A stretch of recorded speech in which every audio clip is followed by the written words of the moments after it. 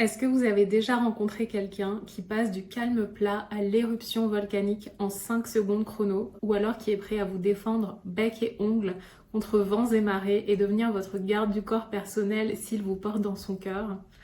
C'est probablement un bélier. Aujourd'hui, je vais décrire le signe du bélier tel que je le perçois, tel que je l'ai perçu dans les nombreux ouvrages d'astrologie que j'ai pu étudier, mais aussi à travers un prisme jungien, à travers un prisme analytique, mais aussi, bien sûr, à travers mon propre biais, parce que je pense qu'on a tous des biais personnels, et autour de moi s'articulent certains béliers, certaines personnes avec une énergie bélier très très forte, et j'en connais beaucoup. Et donc mon interprétation sera nuancée par ce biais-là, bien sûr. Déjà, il faut comprendre que le bélier est régi par un principe martien.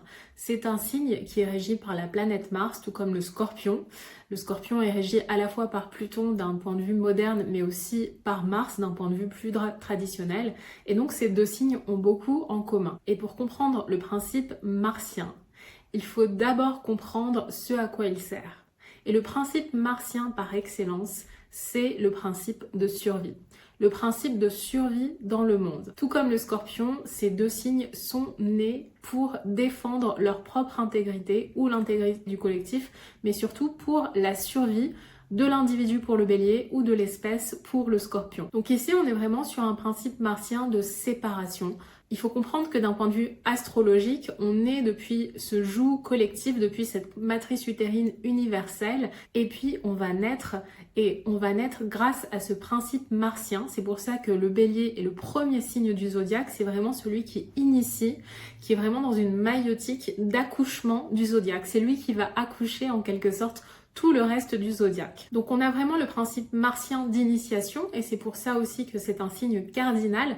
Comme tous les signes cardinaux, le mode cardinal est fait pour initier des choses, pour initier des projets, pour initier toute forme de choses. Pour comprendre le bélier, il faut aussi comprendre pourquoi on dit de lui qu'il est aussi téméraire, aussi agressif, aussi colérique. Déjà, bien sûr, on a parlé du principe de survie, mais il y a aussi le principe martial qui est extrêmement important chez le bélier. Le principe martial, c'est un principe qui existe en tout un chacun et qui est le principe de guerre en nous d'un point de vue individuel et collectif. Le principe en nous qui est prêt à combattre, qui est prêt à entrer en confrontation avec les autres. Pourquoi? Parce que si on parle de survie, on parle nécessairement de sa propre survie et on va être confronté à d'autres individualités tout au cours de l'existence et on va devoir défendre notre propre survie. Et donc le bélier amène ce principe de guerre et c'est malheureusement un principe qu'on connaît tous à l'heure actuelle. Donc, le bélier, c'est vraiment la séparation d'avec la mer, la séparation du joug de la mer. C'est l'affirmation du courage masculin, c'est pour ça aussi que c'est un signe masculin, c'est vraiment un rite de passage martial. Et d'ailleurs dans les sociétés indigènes et dans les sociétés d'avant, on avait vraiment des rites de passage masculin qui consistaient à prouver sa masculinité, à entrer au combat, à prouver sa capacité à survivre notamment dans des lieux extrêmement dangereux, dans la forêt, dans la jungle ou que sais-je. On avait ces rites d'initiation masculins qui n'existent plus aujourd'hui dans la société occidentale. La conquête et le principe martien, c'est aussi un principe phallique. Et on le comprend aussi très bien quand on regarde le glyphe du bélier, on a vraiment ce principe phallique, le petit rond avec la flèche vers l'extérieur, et le principe phallique, c'est vraiment le principe de conquête du monde, de conquête vers les autres, de conquête de soi vers les autres, et on a vraiment cette notion d'audace et de courage qui est nécessaire à ce principe phallique pour pouvoir implémenter sa propre individualité dans le monde. Quand on parle d'énergie martiale, on parle aussi beaucoup de leadership, de capacité à ameuter du monde autour de soi parce qu'on a cette tension, cette stamina, parce qu'on a cette énergie de vie extrêmement martiale. On parle aussi de libido quand on parle de Mars et du bélier parce que l'énergie libidinale, c'est pas seulement l'énergie sexuelle, c'est aussi l'énergie de vie qui nous sous-tend et qui nous sert à vivre et à prouver son individualité dans le monde. On a aussi beaucoup d'énergie et beaucoup de force dans le bélier qui nous vient justement de ce principe de vie libidinale et puis beaucoup de combativité et de persévérance qui fait que les autres ont tendance à le croire, à se rameuter sous son joug et à croire son énergie d'initiative, son énergie de conquête et son énergie martiale. Quand on parle du bélier, on parle aussi de compétition. on a toujours cette notion de compétition qui revient parce que si on se rattache à ce principe fondamental qui est l'énergie de survie du bélier, on a nécessairement une personne qui va devoir se confronter à d'autres individualités et donc la compétition qui existe d'un point de vue collectif est régie aussi par ce principe martien, ce principe du bélier dans le zodiaque. Pour comprendre où se trouve votre sens de la compétitivité, il va falloir regarder le signe du bélier dans votre thème astral qui habite tous les thèmes astraux évidemment. Le principe du bélier, il s'oppose au signe de la balance parce que dans le zodiaque, tous les signes s'inscrivent en termes de polarité et pour comprendre un signe, il faut nécessairement regarder ce qui se trouve en face et en face du bélier, on a le signe de la balance.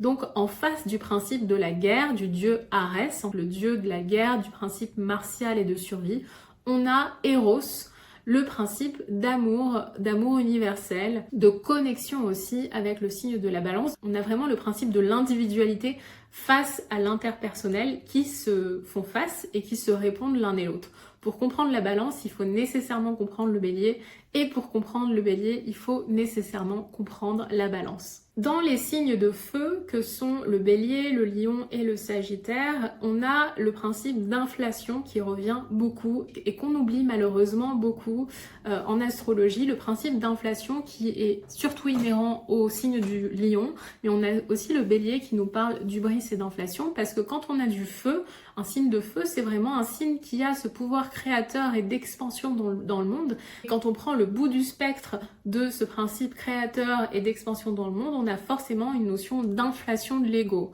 Et donc dans le bélier, on a aussi cette hubris, ce qu'on appelle l'inflation. L'hubris, c'est vraiment cette capacité à prendre de la place, mais aussi un orgueil parfois qui peut être démesuré, de croire en son individualité avant toute chose et de complètement omettre le collectif.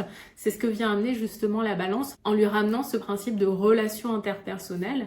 Le bélier tend à l'oublier complètement quand il est complètement obnubilé par sa survie, par sa conquête et par son esprit d'initiative. Le bélier, c'est aussi un signe qui sait pertinemment comment établir des frontières entre lui et les autres. Et d'ailleurs, quand on a une personne qui a beaucoup de mal à établir des frontières entre elle et les autres, il faut nécessairement regarder ce qui se trouve dans le signe du bélier, ce qui se trouve autour de la planète Mars, parce qu'on va comprendre de quelle manière la personne a appris à établir des frontières entre elle et les autres. Mais effectivement, quand on a cette capacité, cette notion très forte d'individualité et de frontières entre soi et les autres, on va vouloir défendre son intégrité coûte que coûte. Et c'est pour ça que, de manière extrême, on retrouve parfois dans des comportements béliers beaucoup d'agressivité, beaucoup de violence, un comportement un peu belliqueux parce que ce signe est prêt à défendre son intégrité coûte que coûte, mais aussi parfois celle des autres. Avec le bélier aussi, il faut comprendre la notion de colère qui est très très importante, la colère qui est une émotion fondamentale justement pour établir des frontières entre soi et les autres.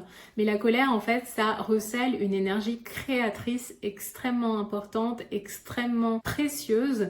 Si on se départit complètement de sa colère et qu'on vit sous le joug du signe de la balance, qu'on a beaucoup d'aspérité balance et qu'on a complètement omis de comprendre ce signe du bélier, on peut aussi complètement se départir à la fois de la colère qui nous permet d'assurer son intégrité, mais aussi qui nous permet d'avoir de la créativité, de bénéficier de ce qui nous donne ce sens d'agence sur sa vie, mais aussi ce plaisir de goûter à la vie depuis la libido, depuis la créativité qui nous habite. Et donc, renoncer à sa colère, c'est aussi renoncer à sa créativité. Ce qui est très intéressant dans le signe du bélier, c'est de comprendre à quel point c'est un principe qui fait peur au collectif. Le principe du bélier fait peur au collectif parce que si on a des individus qui sont portés sur l'affirmation de leur individualité coûte que coûte, qui sont très peu enclins à croire et à se faire influencer par le consensus comme le veut le signe de la balance, on a forcément beaucoup de dissensions dans la société. Et donc d'un point de vue inconscient, d'un point de vue intrinsèque, on réprime facilement le principe de la colère, le principe du bélier dans sa psyché.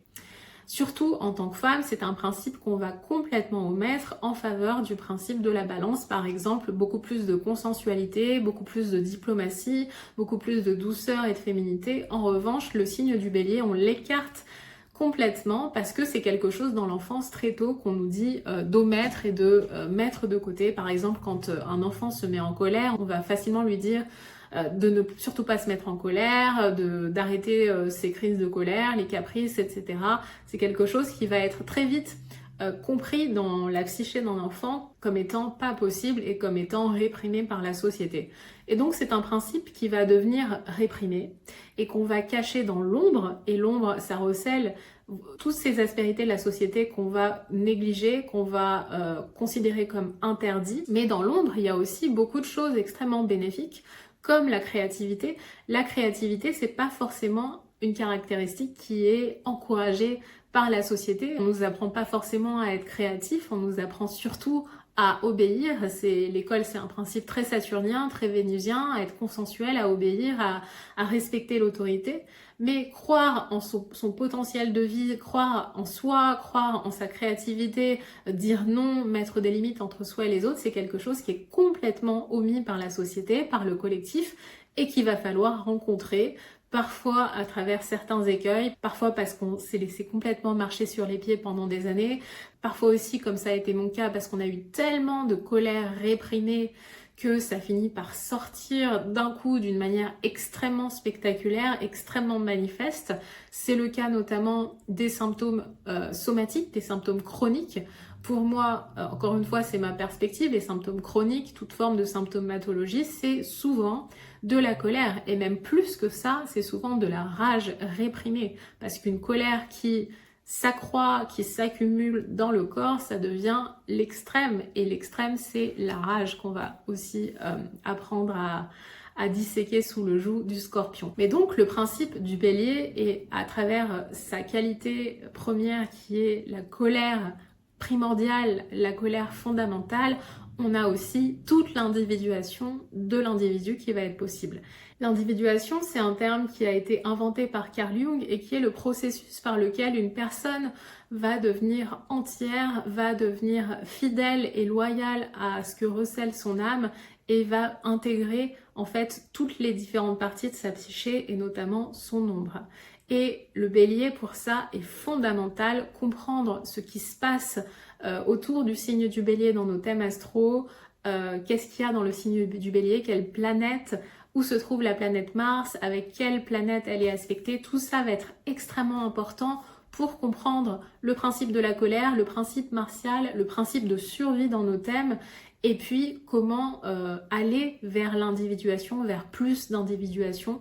Pour ça, il va falloir notamment comprendre le bélier. Et puis une dernière chose très importante, et c'est notamment ce que je constate autour de moi à travers les thèmes des personnes que j'ai pu analyser, mais aussi mes amis et ma famille qui ont beaucoup d'aspérité bélier, c'est l'authenticité. Parce que quand on a quelqu'un qui est beaucoup régi par le bélier et par l'énergie martienne, on a forcément quelqu'un qui a une forme d'intégrité envers ce qu'elle est fondamentalement, qui ne joue pas le jeu du consensus, le jeu vénusien et saturnien collectif, et donc qui est intègre avec ce qu'il ou elle est fondamentalement. Donc on a à la fois des personnes qui peuvent être extrêmement soupolées et qui peuvent réagir au quart de tour, mais le côté extrêmement bénéfique de ce signe, c'est qu'on a une forme de comportement très naturel, très organique, très authentique avec les autres, et qui ne cache pas ce qu'il est fondamentalement. Et pour quelqu'un de très scorpion, pour moi, c'est très agréable de ne pas avoir à interpréter ce que je vois sur le visage d'une personne bélier, parce que what you see is what you get, et c'est extrêmement agréable, je dois dire. Et puis une dernière chose, c'est que le signe du bélier permet en fait une forme de nettoyage des énergies, parce que quand on accepte la colère, et on le sent très bien de manière somatique, quand on accepte de vivre sa colère, quand on ne la réprime pas, après ça donne lieu à beaucoup plus de clarté, beaucoup plus d'authenticité dans ses relations et beaucoup plus d'alignement avec soi. Et c'est tout ça que promet le signe du bélier. Donc je vous invite vraiment à regarder ce qu'il y a dans le signe du Bélier. Dites-moi en commentaire si vous avez beaucoup d'énergie Bélier, qu'est-ce qu'il y a dans le signe du Bélier, quelle planète il y a dans le signe du Bélier. Je serais ravie de découvrir vos commentaires. Et si ce type d'analyse vous a plu, je vous invite à regarder ma formation Psyché. Je décris tous les signes du zodiaque vus sous ce prisme-là, sous le prisme d'une analyse jungienne, où pour moi, les signes du zodiaque ne sont pas 12 signes qui décrivent simplement des caractéristiques et des personnalités, c'est vraiment une matrice vivante universelle qui nous appartient à tout un chacun, qui décrivent tous les processus d'incarnation, d'individuation. Et chaque signe est une porte qui nous fait traverser une expérience universelle, humaine, fondamentale. Donc je vous invite à regarder dans la légende ce qui est la formation Psyché. Et puis si vous avez aimé cette vidéo, n'hésitez pas à la liker et à vous abonner à cette chaîne. Il y aura bien sûr d'autres vidéos sur les autres signes du zodiaque et plein d'autres choses encore sur l'astrologie archétypale. Je vous remercie infiniment de m'avoir regardé et je vous dis à tout bientôt sur cette chaîne.